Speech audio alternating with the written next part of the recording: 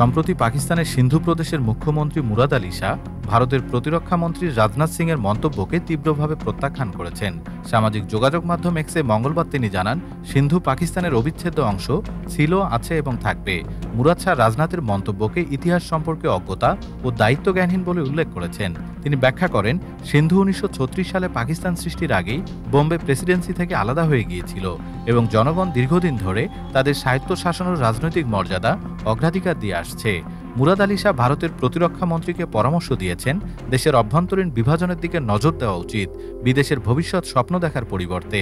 রাজনাথ সিং গত 23 নভেম্বর নয়াদিল্লিতে সিন্ধি সমাজের এক অনুষ্ঠানে বলেন, সিন্ধুভূমি এখন ভারতের অংশ নয়, কিন্তু সভ্যতার দিক থেকে ভারতের সঙ্গে গভীরভাবে সংযুক্ত। তিনি আরও উল্লেখ করেন, সিন্ধি হিন্দুরা এখনও ভারতের সঙ্গে সিন্ধু অঞ্চলের বিচ্ছিন্নতা মেনে নেননি। সিন্ধু প্রদেশ 1947 সালে দেশভাগের পর পাকিস্তানের অধীনে আসে এবং অনেক সিন্ধি হিন্দু ভারতে চলে যান। এই মন্তব্যের জবাবে পাকিস্তানের পররাষ্ট্র দপ্তরও রাজনাথের বক্তব্যের তীব্র নিন্দা জানিয়েছে। ডেস্ক রিপোর্ট, বাংলাদেশ সময়। বাংলাদেশ সময়, সবার আগে দেশ।